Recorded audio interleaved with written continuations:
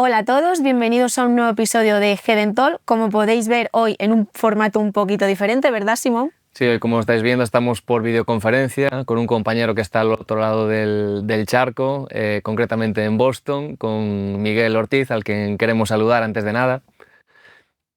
Buenos días, ¿cómo están todos por ahí, por el otro lado de la patria madre, como le decimos de este lado? Pues por aquí muy bien, Miguel, ¿tú cómo estás? Y para que la audiencia te conozca un poquito más, aunque nosotros ya sabemos quién eres, cuéntales a la audiencia quién eres. Bueno, primero un placer estar ahí con ustedes en esta tecnología nueva que nos permite hacer estas cosas maravillosas de alcanzar a tantos colegas y hacernos pensar un poco. Bueno, mi nombre es el doctor Miguel Ortiz, soy prostodoncista, vivo en Boston. Comencé mi carrera como técnico dental, protésico dental, hice 10 años de protésico dental. Me gradué en Los Ángeles, en el estado de California. Después decidí hacer odontología y esa odontología la hice en la Universidad de Harvard, acá en Boston. Para los que no saben, está del otro lado del país. Después, cuando me gradué de odontología, decidí ser prostodoncista, entonces me fui a Chicago. Hice 3 años de prostodoncista en Chicago. Y después volví a Boston, donde ahora tengo una clínica, donde hago odontología integral, odontología completa. Lo único que no hago son tratamientos de conductos, pero después soy quirúrgicamente entrenado, así que hago mis propias cirugías, injertos de hueso, tratamientos grandes, tratamientos pequeños, implantes, algún rellenito, alguna coronita, algún onlay, un poquito de todo. Al mismo tiempo, tuve la posibilidad de crear una academia, la Dentist Academy, en la cual doy mis cursos, cursos de 2 días con entrenamiento hands-on. La semana pasada hicimos un paciente en vivo, de principio a fin, con muchos dentistas en mi clínica y en mi instituto. Así que un poco de enseñar, un poco de estar en las redes sociales y tratar de bajar un poco los paradigmas de la odontología que se enseña en las universidades y la odontología que la ciencia dice que hoy podemos hacer, tratando de llevar una bandera de la odontología mínimamente invasiva, pero realmente odontología mínimamente invasiva, donde hoy en día ya sabemos que la retención y la resistencia no se necesitan, y ese es un cambio gigante al cual todavía estamos peleando para que muchos colegas puedan unirse a esta odontología que es mejor para el paciente y es más fácil para nosotros, pero que sé que vamos a hablar un poquito más tarde. Sí. Así que acá estoy, soy padre de 3 hijos, soy campeón del mundo y eso me resume un poco un poquito lo que somos. Genial, y precisamente de lo que comentas, hoy vamos a hablar un poco de las diferencias también formativas tanto en Estados Unidos como en España, de cómo es la odontología en Estados Unidos con España, porque hay ciertas diferencias, y también romper algún mito y algún bulo común que a día de hoy aún por desgracia sigue existiendo, y que bueno, muchos dentistas siguen siendo reacios pues bueno, a adoptar las nuevas tecnologías, como decía Miguel, o nuevas formaciones o informaciones basadas en la evidencia, que al final es como debemos de tratar a nuestros pacientes, unido con la experiencia obviamente, pero no solo quedarnos ahí. Eso es. Miguel, yo quería empezar haciendo una pregunta clave. ¿Por qué decidiste estudiar en Harvard? ¿Qué fue lo que te motivó? El nombre. Es la respuesta más fácil, pero la respuesta es un poco más complicada. Yo soy argentino. Yo me voy de Argentina a la edad de 18 porque el país estaba derrumbando económicamente y porque tenía ganas de irme, y terminé en Los Ángeles. Y en Los Ángeles termino siendo mecánico dental. Después me caso y decido hacer odontología. Cuando decido hacer odontología, las notas, los grados, las ganas, hace que tenga una posibilidad de, acá se dice aplicar o llenar el formulario y tratar de entrar a la Universidad de Harvard. Tuve la suerte de ser aceptado. Es una universidad dentro de todo pequeña, solo aceptan 35 estudiantes por año. Y entonces fui aceptado para ir a Harvard y obviamente no iba a decir que no, una experiencia única que no podía dejar pasar. Entonces, así como decido mudarme a través del país, me vengo con mi esposa y nos venimos a Boston a hacer lo que acá son 4 años de odontología, pero que es un poco distinto en cómo se hacen en otros lugares, porque aquí para entrar a odontología tenés que tener ya un bachillerato hecho. Entonces, en realidad odontología son casi 8 años. Yo me recibo de bioquímico primero. Con eso me dan todas las clases, se le llama prerequisitos que uno tiene que tener para entrar en odontología. El famoso college, ¿no? El previo. El famoso college, sí. Entonces, aquí para entrar a odontología las universidades te piden prerequisitos. requisitos que no te da la secundaria. Y quieren que tengas todo tu cálculo, toda la biología, la anatomía, la orgánica, la inorgánica, no sé, me estoy perdiendo alguna otra, estadística, cosas así. Entonces, como esos son como 2 años de universidad, la gente que quiere hacer odontología o medicina o veterinaria, en vez de solo hacer esos 2 años de solo esas clases, ya te tiras 2 años más, terminas un bachillerato, que en realidad casi todos los que están aplicando tienen eso, entonces si no lo terminas tampoco podés competir. Y yo lo que hice fue bioquímica. Entonces yo me recibo de bioquímico y aplico para entrar a odontología, siendo mecánico dental y estando un poco más maduro que el aplicante normal, porque tenía un poquito más años. Mi currículum, digamos, mi aplicación era bastante fuerte. Entonces eso me permite a mí entrar a Harvard, hacer odontología en Harvard. Y una vez que te recibís, puedes ser odontólogo o puedes ir a una de las 9 especialidades que existen. Hablando un poco de las diferencias de cómo son los distintos países, una de las diferencias que tiene Estados Unidos con el resto del mundo no es que las universidades de odontología en sí son mejor, pero las especialidades sí lo son. Aquí las especialidades son como otra carrera más. Casi todas las especialidades son de tiempo completo. Entonces yo prostodoncia fui 3 años, 60 o a 80 horas por semana. Cirugía son 6 años, a veces 4, a veces 6, si quieres salir con un doctorado de médico. Periodoncia son 3, ortodoncia son 3, endodoncia son 2 o 3. Y eso no son como posgrados, máster, como en muchos países se le llama, que haces 6 meses, que haces los fines de semana, que haces... No, eso es todos los días, ahí adentro, como si fuera más escuela. Entonces, yo decido es un requisito para poder trabajar de especialista, por así decirlo. Para ser especialista. Eso es un posgrado. Es como si siguieras en la universidad por 3 años más y no te deja hacer casi nada. Entonces yo hice prostodoncia, me mudo a Chicago para hacer prostodoncia en la Universidad de Illinois en Chicago. Y ahí termino prostodoncia y me vuelvo a Boston para trabajar en lo que ahora es mi clínica, que es donde me encuentro. ¿Y qué diferencias encuentras con tu país natal, con Argentina, a nivel odontológico? Porque muchos de nuestros oyentes son argentinos y seguro que les interesará también saber tu opinión. Sí, en realidad yo no tengo una experiencia muy grande en cuanto a cómo es la odontología en Argentina. Yo hice todo acá. Lo que sí tengo es la experiencia de viajar por el mundo, dar ponencia, encontrarme con esos odontólogos. Este año estuve en Ecuador, en Bogotá, en la República Dominicana, lo que hablo con mis colegas cuando les enseño, los que viajan a tomar mis cursos. Mi hermano, el protésico Carlos Ortiz, está en Ibiza y es el generador del CIPRODI, que es un congreso que se hizo, que fui ponente. Entonces tengo mucha conexión con lo que es la odontología en España, la odontología en Europa y la odontología en Latinoamérica. La diferencia más grande creo que va más allá de la odontología. Hoy la odontología en el mundo, más o menos todos la estamos haciendo de la misma forma y de la misma forma diferente. No hay mucha diferencia entre los problemas que estamos teniendo en los países desarrollados y los no desarrollados. Obviamente los no desarrollados tenés problemas de plata, de dinero, de accesibilidad a lo que podés hacer o no, o lo que pueden hacer la gente que te lleva. Y también en los países desarrollados podés estar en un lugar en una ciudad donde hay plata y una ciudad donde es pobre. Y en las ciudades pobres, en los países desarrollados, estás haciendo la misma odontología que en los países subdesarrollados, si le querés llamar así.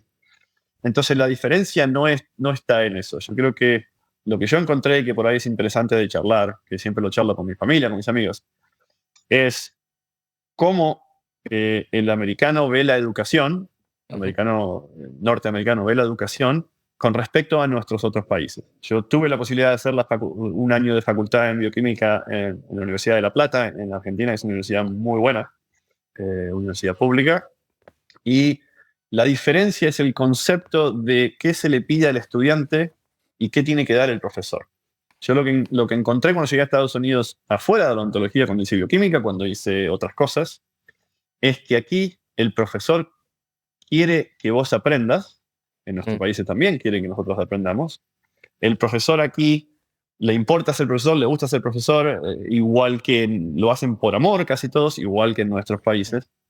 Pero hay una diferencia en la cual en nuestros países, por lo general, está este sentimiento de que el profesor te la tiene que hacer difícil porque la facultad no tiene que ser fácil.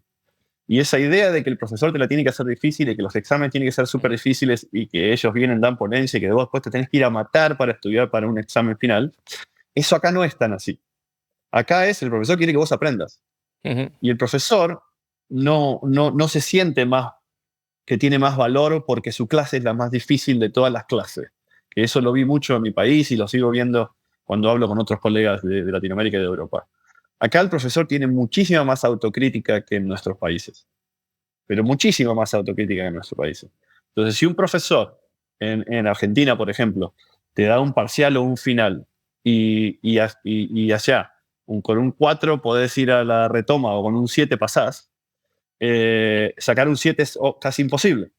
Y casi todos se sacan entre 4 y 7 y tienen que ir a la retoma. Y te matás estudiando y después el examen es súper, súper, súper difícil y genera un montón de ansiedad. Y los profesores, en mi opinión, se sienten como que el estudiante tiene que poder pasar eso. Acá no es así.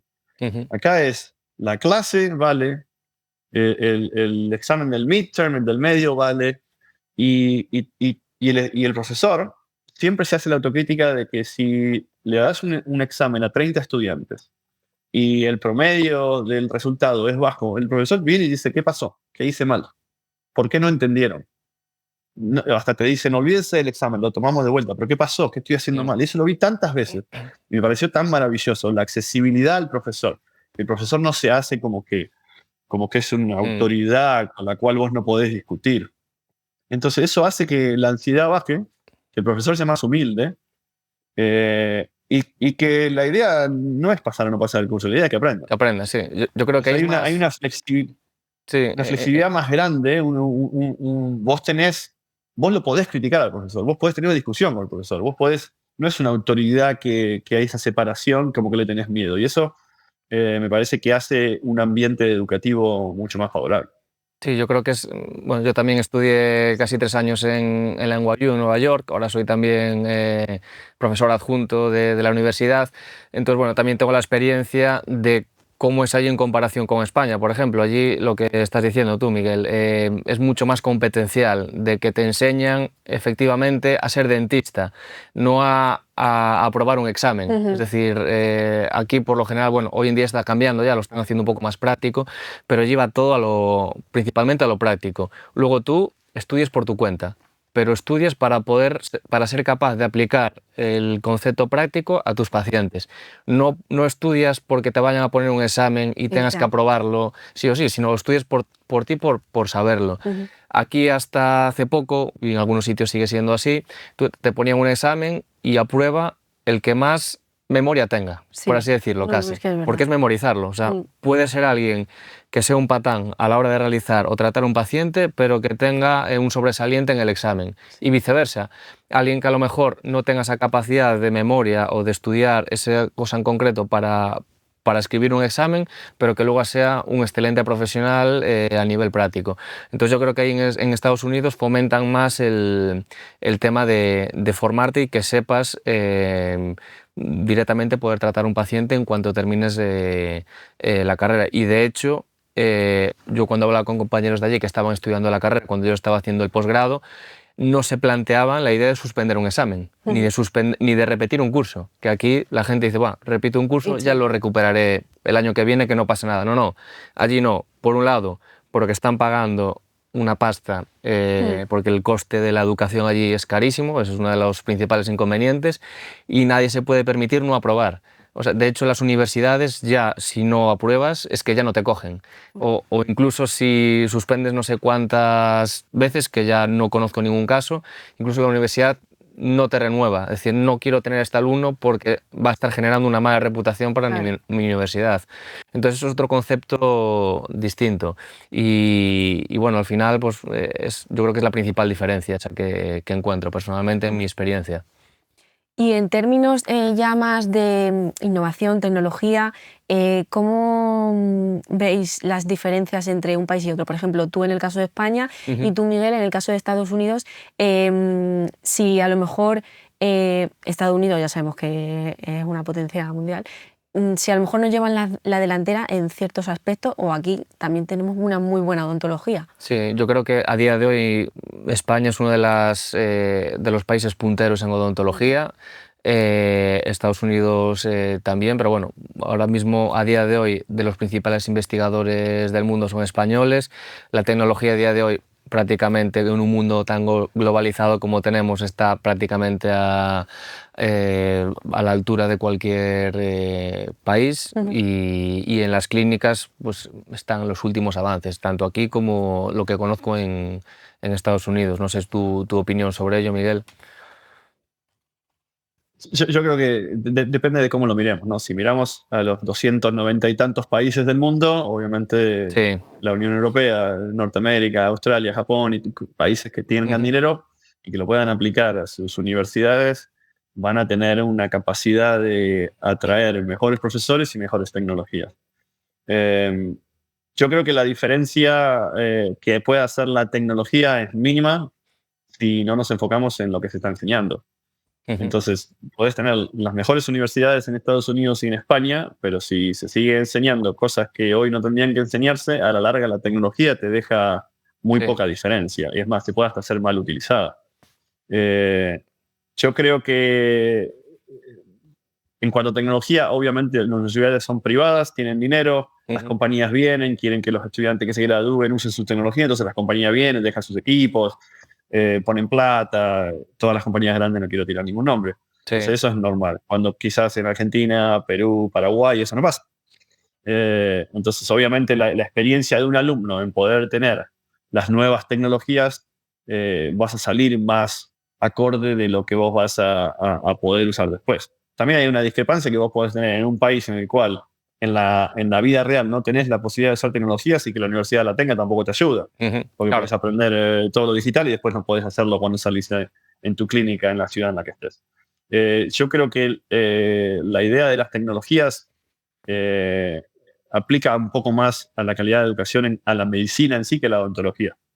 Hoy en día en la odontología estamos en un cambio radical de lo que es cómo se trata a un paciente. Sea ya desde que tenemos que, como decías hoy, gestionar una empresa, que antes, antes digo, hace 50 años, 60, 70 años, por ahí no era tan así, a lo de marketing y a lo de todas las nuevas materiales y ciencia que tenemos que leer. Es mucho más complejo ser un odontólogo hoy que hace 50 años. Es muchísimo más grande la cantidad de información que tenemos que entender nosotros.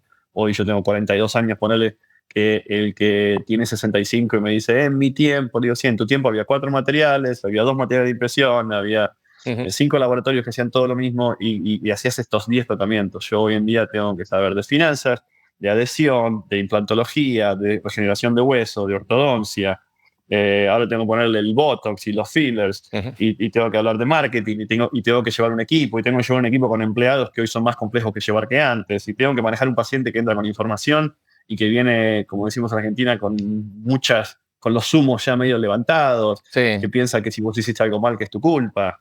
Sí. Tengo que ver que hay 200.000 papeles publicados hoy, cuando en el año 80 había 2.000. Entonces vos te leías los 20 que había y sabías lo que era. Está bien, yo hoy los puedo tener en la computadora, antes había que ir a la biblioteca, o sea, el tiempo era más complicado. Pero es mucho más difícil ser un odontólogo hoy que antes. Hoy tenemos que saber del cuerpo completo porque nos esperan que hablemos de que cada paciente que le vamos a hacer una cirugía, que sepamos todas las medicaciones que tiene y todas las condiciones que tiene. Entonces, tenemos que hablar de estética, de materiales, de segmentos. No es fácil hoy saber todo eso, pero al mismo tiempo, hacer físicamente con las manos la odontología es más fácil. Y eso es lo que mucha gente se confunde. El odontólogo con experiencia te dice que no sabemos lo que estamos haciendo, y yo le digo al odontólogo con experiencia que ustedes no saben, porque no han leído. Y tengo siempre esa discusión con la gente que tiene más experiencia, que piensa que porque lo ha hecho más veces, que sabe más de la cantidad de información que hay que saber. Y algunos de ellos obviamente que sí, pero en promedio, la cantidad de información que nos tiran en la universidad sin haber tocado un paciente es muchísima. Efectivamente. Es muchísima, de patología hasta farmacología, hasta anatomía, lo que sea. Es muchísimo. Y como no lo podés relacionar todavía no viste paciente, todavía no te fallaron los casos, todavía no entendés lo que te están diciendo. Si lo que te están enseñando está mal, está atrasado, no importa la tecnología que tengas, que vas a salir y vas a hacer odontología con tecnología buena que ya no se debe hacer. Sí. Efectivamente, vas a salir sin la base actualizada, que por mucho tecnología que tengas, puedes estar cometiendo un error básico que no te va a servir de nada. Entonces sí que es cierto que se deberían actualizar a día de hoy los programas formativos. Claro, es muy cómodo seguir enseñando de un libro que ya está escrito de hace 20 años, que lo tienes ahí y te pones a dar clase con ese libro. Claro, para el profesor mucho más cómodo. Pero es que a día de hoy, como está comentando Miguel, es que cada día hay un descubrimiento nuevo, esto está avanzando de una manera brutal, artículos científicos, de tecnología, y cada vez hay más relaciones de la odontología de la boca con el resto del cuerpo que tenemos que tener presentes, porque efectivamente el paciente cada vez está más informado y desinformado a la vez. Sí, exacto. Porque muchas veces un paciente viene con un titular que ve en internet, o que lo típico, que pone sus síntomas en Google, y te viene más despistado que otra cosa. Entonces tenemos que luchar contra esos pacientes que vienen desinformados, y luego por otro lado informarlo desde cero y realizar el tratamiento que creemos más adecuado. Hace unos años el paciente venía con fe ciega al médico y al odontólogo, no le cuestionaba nada. Si el médico decía o el odontólogo le decía que hay que hacer esto, hacía eso y ya está. Hoy en día, pues también con todo el tema de denuncias que hay en Estados Unidos, está a la orden del día el que un paciente te puede denunciar porque haya habido una complicación normal, porque las complicaciones, aunque hagas todo perfecto, pueden salir, pero están ya los abogados, los despachos jurídicos a la mínima para que, si pasa algo, pueda reclamar y sacar un beneficio económico de eso. De hecho, a mí me sorprende cuando voy por la calle los anuncios de la carretera, los carteles, que ven anuncios de abogados: te has caído por las escaleras, llama porque puedes tener una compensación económica. Pues a nivel médico entiendo que es similar, y está a la orden del día las denuncias a profesionales. Es verdad. Y a la larga eso afecta al ciudadano, afecta al paciente. Porque mucha gente, muchos odontólogos, no quieren arriesgarse a hacer nada nuevo. Sí, Quieren efectivamente. arriesgarse a cambiar la forma de hacer, porque quieren quedarse en lo que es menos riesgoso, que es: a mí me enseñaron a hacer coronas, voy a seguir haciendo coronas porque no quiero que nadie me haga un Odontología juicio. defensiva.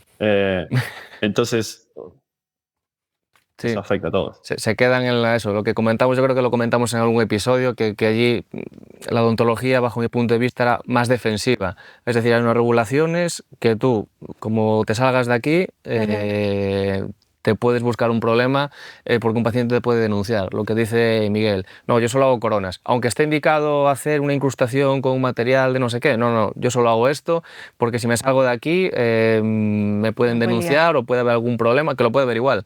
Puede haber algún problema, pero no se salen del área de confort y se dedican a investigar, probar cosas nuevas que estén obviamente probadas y que tengan evidencia científica, pero hay esa cierta comodidad de seguir haciendo lo que pues hizo toda la vida. Que aquí también en España también ocurre. Sí, totalmente. Los dinosaurios odontológicos, como digo yo. Yo, volviendo un poco al tema de la educación, quería saber, sobre todo tú, Simón, que has estudiado también en Estados Unidos, aunque ya puedo intuir por lo que había estado comentando, cuáles son los puntos débiles y puntos fuertes de cada sistema educativo, tanto el de Estados Unidos, en tu caso, Miguel, como como aquí, bueno, que tú puedes dar tu visión de las dos partes. ¿Cuál crees que son los puntos débiles y fuertes de aquí de España, y tú, Miguel, de Estados Unidos? O si tú quieres también comentar de eso. Dale, Miguel. Yo creo que el punto débil es el mismo en todos lados. Y lo voy a criticar fuertemente al mismo tiempo, sin saber cuál es la solución. Entonces, no quiero ser hipócrita, quiero que quede claro eso. Es una crítica sin quizás aportar alguna solución. Tenemos dos mundos en la odontología. Tenemos el mundo de la academia y tenemos el mundo de la odontología real afuera de la academia. Lamentablemente, el mundo de la academia es un mundo completamente diferente a la realidad. Por lo general, la academia, genera menos dinero que la práctica privada. Entonces, la mayoría de la gente que tiene la capacidad de hacer buena odontología y hacer y ser bueno en lo que hace, se va, porque se va a hacer dinero. Y esto no lo digo de mala forma, lo digo de forma descriptiva. Hay una clase de gente que se gradúa y se queda en la universidad a enseñar. Vos podés hacer un perfil de quién es la gente que se queda a enseñar, ¿sí? Y podés hacer un perfil también de la gente que se va. por lo general, la gente que se queda a enseñar, por lo general, no son los mejores.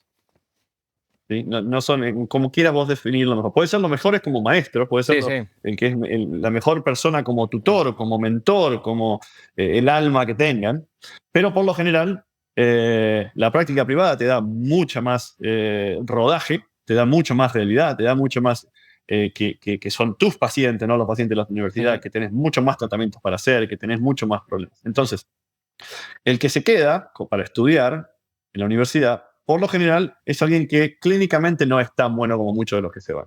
También el que se queda tiene una personalidad que le gusta trabajar de 8 a 5, tener su cheque a fin de mes, no tener que lidiar con muchas otras cosas, tiene una personalidad más calma, menos peleadora, menos como que se arriesga menos. Estas personas que son más cómodas en arriesgar menos, que no está mal en cuanto a decisiones de la vida.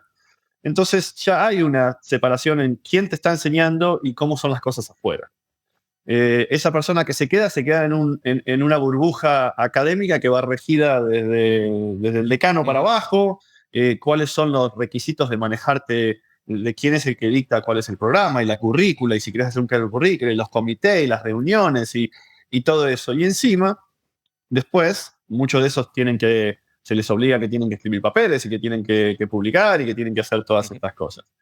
Cuando vos mirás quiénes están adentro de la academia, por lo general el decano o la decana tienen ya sus años y los jefes de departamentos tienen ya sus años y han estado en este sistema rígido, los cuales ellos tienen sus ponencias y tienen sus currículas y tienen y les gusta ir de congreso en congreso y si son ponentes o no.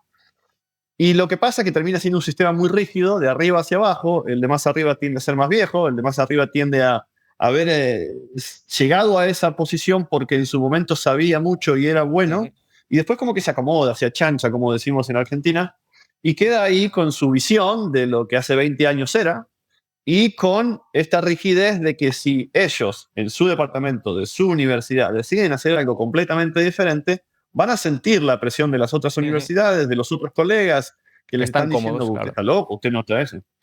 Entonces, esa rigidez del sistema educativo, que sucede en casi todas las profesiones, termina que lo novedoso, lo nuevo, más allá de que esté la ciencia o no, porque la ciencia está, no llegue, no se puede implementar. Y esto se ve muy claramente en profesores jóvenes que entran a las universidades, seguramente lo has visto tú en tu universidad, en todos lados, que entran con todas las ganas y dicen, voy a mover la currícula y qué sé yo, y qué sé cuánto, y se pelean con el departamento y tratan de decir, y a los luego el de 3 arriba años le dice, no. así, a los 3 años bájate. entran y hacen hola, buenos días, y se le va, lo ves en su cara, se le va, pelearon contra algo. Si hacen mucho ruido, el resto los va a apacar.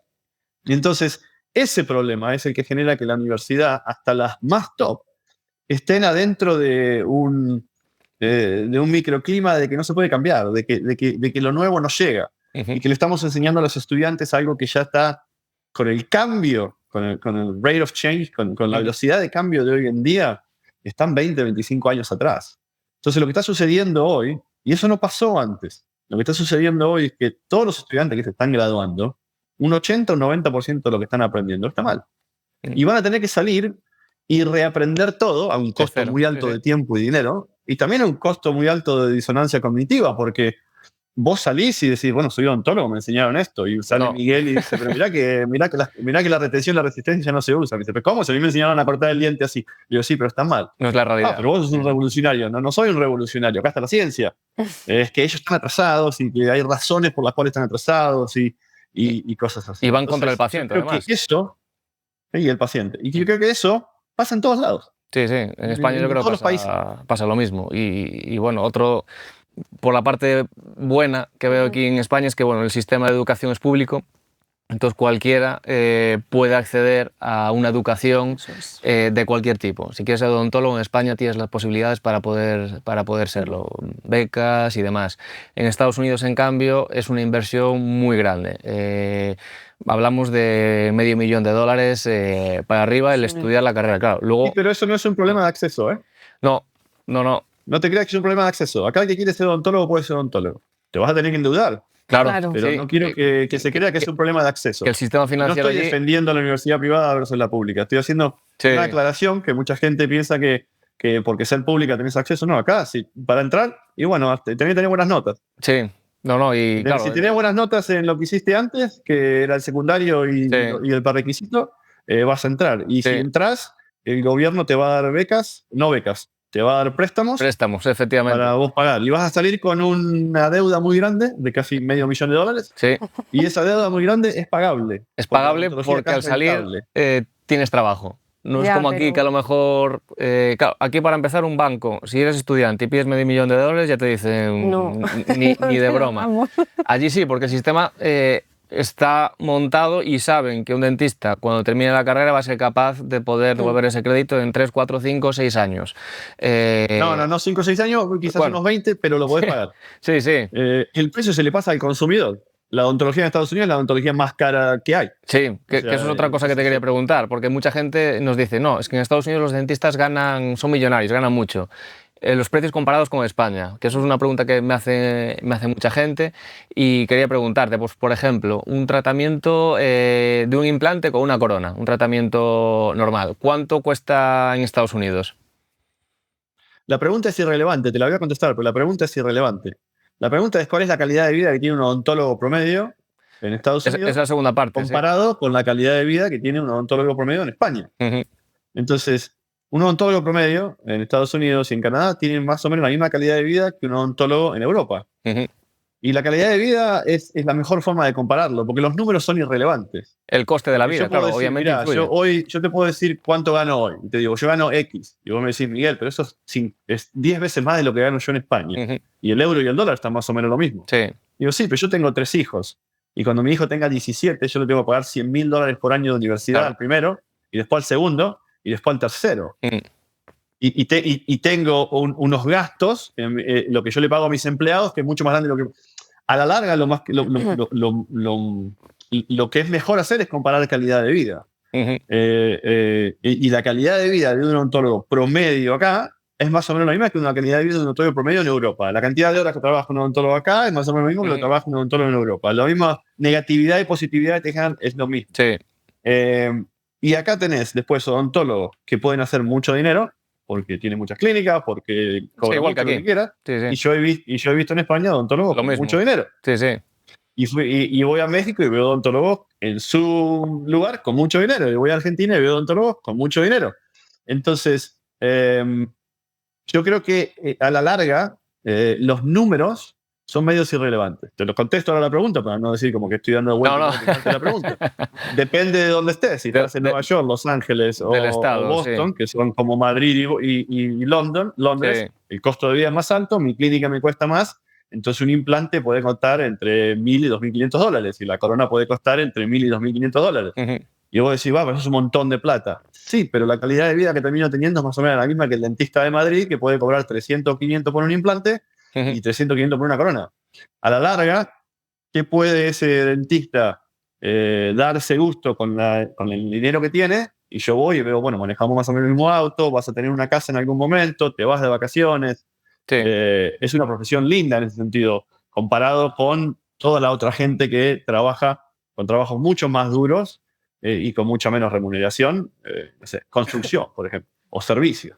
Sí, no, al final es a donde quería llegar, que la calidad de vida, claro, a mí la gente me pregunta, claro, pero tus amigos de Estados Unidos, los que trabajan allí, son multimillonarios, porque lo que cobran allí por el dentista no tiene nada que ver con lo aquí ya, pero la calidad, o sea, el gasto que conlleva eso. Si tienes 3 hijos como tú, claro, págales $500,000 de universidad a cada uno, o si no, que se pidan un préstamo. Pero bueno, siempre intentas ayudar a tus hijos en la formación, el alquiler, el coste de ir al supermercado, el día a día. Me comentaban el otro día, por ejemplo, los precios obviamente son distintos en cada estado. En la ciudad de Nueva York, en Manhattan, en pleno Manhattan, es a lo mejor 4 o 5 veces más caro que aquí. Un implante, me estaba hablando el otro día, casi de 10.000 euros. Un implante con $1,000, un implante con una corona, que viene siendo 10.000 euros. A día de hoy está prácticamente igualado. Sí, ese está un poquito por arriba. Son 5 veces, seguro. Son 5 veces lo que cuesta en España, pero claro, un alquiler en Nueva York a veces es 5 veces lo que te cuesta aquí. Entonces, al final, lo que dices tú, Miguel, que lo que entra por un lado sale por otro, que el sistema por un lado sale por otro. está montado ahí. cuando uno dice, pero en Estados Unidos una corona puede valer $1.500 y en Madrid puede valer 500 euros. Es decir, en Estados Unidos son ricos. Y bueno, pero te mira el argentino y te dice, yo en Argentina la cobro 40 euros la corona, entonces ustedes son ricos. Claro. ¿Entendés? Sí, depende del coste de hay vida de países cada más país. pobres que otros, está claro. pero no es tan así. Y hay que sudarla en todos lados. Si fuera fácil, lo harían todos. Claro, Exacto. efectivamente. Sí.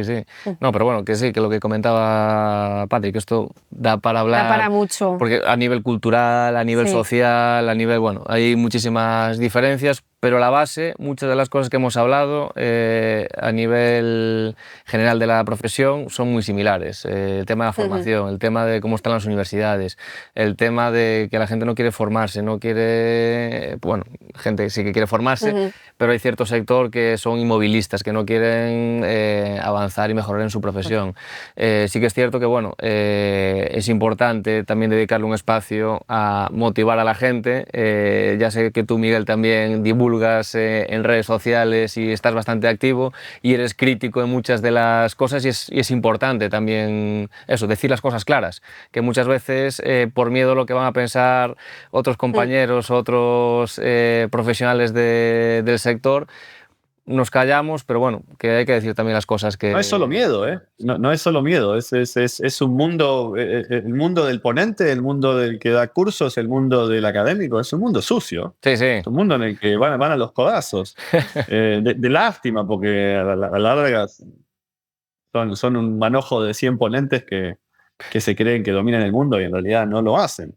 Pero cada vez que yo salgo con una opinión fuerte, mis colegas ponentes, mis colegas odontólogos importantes, como se les llaman del mundo, te empiezan a cerrar puertas, te empiezan a cerrar contactos con compañías, a no dejarte estar en el podio de algún congreso. Entonces es un juego sucio, y que pasa en todo el mundo. Entonces, muchos de los que están educando a nuestros colegas que van a un congreso, qué sé cuánto, los que están diciendo arriba del podio lo tienen que decir con mucho cuidado, tienen que ir por este lado, porque si lo decís de otra forma, mañana no te llaman de vuelta. Y si vos en realidad querés enseñar, necesitas lugares donde poder enseñar, necesitas que la gente sepa quién sos para venir a que aprendan de vos. Entonces tenés que empezar algunos deciden, yo no lo juego. Yo digo lo que se me cante el cuñete y después me como la que venga. Por Pero nosotros hay muy aquí pocos igual. que tienen las agallas para decir, no me importa si me cerrás una puerta porque la puerta me la abro yo solo. Hay mucha gente que prefiere jugar el juego, rascarse la espalda entre unos y entre otros, en todos los ponentes. Entonces yo te llamo a este congreso, vos me llamás a aquel congreso, hacemos algo juntos. Y para eso tenés que no hacer olas, ¿viste? No hacer olas, no pelearte mucho con muchos y cosas así. Entonces hay mucho más por detrás de lo que se enseña, especialmente en la academia, más de no querer aprender, sino un dogma medio de conveniencia de lo que querés decir y lo que querés hacer, porque si no te lo hacen sentir tus colegas y tenés discusiones grandes y te cierran puertas. Sí, nosotros aquí igual, para eso tenemos este tipo de programas y de espacios para poder hablar abiertamente, hablar las cosas sin filtro y que la gente pues bueno, nos escuche también y vea otros puntos de vista. Miguel, ya para ir cerrando, ¿qué es lo que dirías que más te pone de tu profesión? Lo que más me gusta de mi profesión es que estamos en la mejor era de la odontología que ha existido en la historia de la humanidad. Es la mejor era. Yo siempre digo que a mí no me gustaría para nada haber sido un odontólogo en los 70 y en los 80 y en los 90. Creo que era mucho más fácil en los años 20, 30, con los pocos materiales y los pocos tratamientos que había y lo que sería tu agenda ese día en el año 30 con extracciones, amalgamas, periodoncia, removible y esas 4 o 5 cosas y 4 o 5 materiales y tratar de curar lo que puedes curar y tratar a tu paciente que llegan a los 70 y los 80 en cuanto los materiales todavía estaban limitados, pero que la estética ya estaba ahí, que la oclusión, que había como que muy difícil, que las impresiones, que montar, que tomar céntrica y todo eso, con un paciente ya empezando a estar más despierto, a que hoy, cuando toda esa complejidad se ha reducido muchísimo, toma de impresión nomás. O sea, y tomar de impresión no era fácil. Y hoy con un escáner es muy fácil. Tomar céntrica y montar en un articulador. Bueno, hoy podemos tomar céntrica mucho más fácil y que sea digital la montadura. Los materiales, la adhesión. Tenemos un montón de cosas que hace que nuestra odontología sea más fácil de hacer. Las preparaciones son mucho más fáciles de hacer hoy en día. Está bien, hablamos de lo complicado que es tener una empresa y todo eso, pero Sí, odontología, que vivían más hoy en día tranquilos es antes, mucho más seguro. fácil de hacer. Sí. Y empezás como que físicamente estás menos cansado. Si adoptás la odontología restauradora adhesiva, estás lejos de la encía, no hay tanto sangrado. Poner un onlay es mucho más fácil que hacer una corona, no tenés que poner un cordón. Ves el margen, los materiales son más lindos, se pegan, duran más, todo lo que vos quieras. Si te vas manteniendo con la ciencia y si vas agarrando un poco de tecnología, es un momento hermoso para estar, en el cual te deja que podés ser mucho más conservador. Podés tener una relación con el paciente que le vas explicando esto, no que estás siempre peleando en contra de los problemas grandes de la boca, y lleva a que realmente tengamos mejores soluciones o tratamientos para ellos. Entonces te deja poder disfrutar esa relación con el paciente que a la larga es lo que vale, ¿no? Cuando tenés una... A mí me lo habían dicho muchos profesores. Me dice, cuando recién te graduás, pensás que es la odontología. Pensás que es lo que tenés que hacer, cómo lo haces, cómo tallás, cómo tomás los récords, todo eso. Pensás que es eso. Y después te vas dando cuenta que empezás a conocer a estos pacientes y que ya hace 5 o 10 años que lo tenés y que tratás a su hijo y que ya sabés cuándo se casó la hija y se te empiezan a morir pacientes y te vienen pacientes con que se están divorciando o que tienen cáncer y que vos lo conocés, o empezás como esa relación de que no son solo pacientes y odontología, sino que son relaciones Personas. que vos tenés, que son personas que tenés enfrente, y a mí eso me gusta, porque si yo tenía que sentarme solo a hacer odontología, me aburriría en 5 minutos. En realidad lo que hacemos es más o menos siempre lo mismo. Si trabajás de 8 a 5, 3, 4 o 5 días a la semana, al año y medio, son 10 cosas que hacemos. Haces un relleno, haces una indirecta, haces un implante, haces un diseño de sonrisa, haces una extracción, algo de perio y no sé, se te va acabando Mm. lo que vas haciendo y después empezás a repetir. Entonces se hace muy repetitivo todo, esa relación con el paciente, y a mí lo que me llena es Pues, saber que sé, pues con ¿no? eso nos... El seguir leyendo y saber que sé, y que sé lo más que puedo saber hoy porque le puse ganas, me hace decir, bueno, no estoy solo caminando por esta profesión, así como que no me importa y como que hace el último papel que lo leí fue hace un año y que voy y vengo y que saber que sé cómo funciona cada una de las cosas que tengo en mi mano. Y lo puedes saber todo, no estoy diciendo como, mirá qué especial que soy yo. Todos No, no, que pueden está saber a esto, no hay que ser disposición especial para saber, no estoy de hablando de cualquiera. mírenme a mí lo que sé, pero que sé todo lo que se puede saber de materiales, más o menos, por el 90%, de adhesión, de cemento, de toma de impresión, de oclusión, de provisionalización, de restauración de boca completa, ser lado del laboratorio. Eso a mí personalmente me gusta, me hace saber que yo voy y que de lo que elegí para hacer, soy bueno. Y soy bueno porque le metí un montón de tiempo y un montón de huevo. Eso a mí me llena, pero eso va con mi personalidad. Hay otra gente que eso no le es así, y es totalmente válido decir, yo soy odontólogo, pero esa es mi profesión. Yo quiero estar con mi familia, quiero hacer todo esto.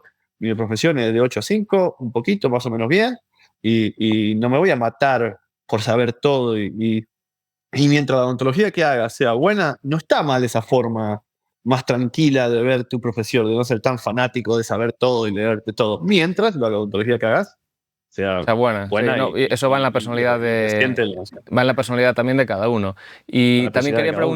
A mí me preguntarte, llena eso. quería que nos comentaras alguna anécdota que te haya ocurrido en tu profesión, alguna anécdota curiosa, graciosa. Tengo una anécdota clínica que es bastante buena. Un día estaba haciendo una restauración de boca completa, y la terminé y el paciente se va y vuelve. Y vuelve a la semana porque no sentía bien la mordida y sentía como que se le escapaba un poco de aire. Y a veces te dice, no, siente como, no te hacen así, ¿no? Mm. Entonces yo miraba la mordida y miraba y cambiaba y me gasté como una hora tratando. Y dice, no, pero no se siente bien. Y el paciente me decía, no, y ves que no me sale, no hablo bien, desde que vos hiciste, yo digo, sentía un aire que salía bastante, ¿no? ¿Cómo se dice? Un lisp, no sé cómo se dice en Sí, español. seseo, sí. Eh, y yo trataba y le digo, yo había puesto todas las grabaciones, no me parecía que no había mucho que cambiar tampoco. Sé la literatura clásica de la S, de la F, cómo es todo eso, y yo le dije, no. Y él me miraba y me decía, y me dejó hacer como por media hora tratar de arreglarlo. Y en un momento le digo, no sé, no. Esto es lo mejor que puedo hacer. Creo que hasta rehacer todas las restauraciones, no sé qué cambiar tampoco más de lo que puedo cambiar. Me dice, no, pero ya lo arreglaste, era acá atrás, ya lo arreglaste. Digo, no, pero obviamente no lo arreglé si se escucha el ceseo. Dice, no, yo el ceseo lo tuve toda mi vida. El ceseo desde que nací que tengo el ceseo, así que no te preocupes por el ceseo. Yo me gasté una hora tratando de arreglar el ceseo y el tipo venía porque la mordida le daba. Y yo me transpiraba, decía, no puedo haber dejado tan mal a este tipo, y no sé, es mucha la diferencia. Y entonces le digo, pero si viviese. Yo pensé, no es el ceseo, la mordida. El ceseo lo tuve toda mi vida. Así que ese día batallé como una hora y no era yo, pero bueno, esa es una anécdota. Qué bueno. Pues con esa anécdota nos quedamos, Miguel, y yo te doy personalmente las gracias por haberte conectado desde el otro lado del charco. Muchísimas gracias por haber estado aquí con nosotros. Sí, espero que lo hayas disfrutado y estás invitado también para la próxima. A la próxima, cuando quieras volverte a unir. Hagamos otro y hablamos de odontología, así podemos hacer un poco de ruido. Perfecto. Pues muchísimas gracias, Miguel, y a vosotros gracias también por estar ahí.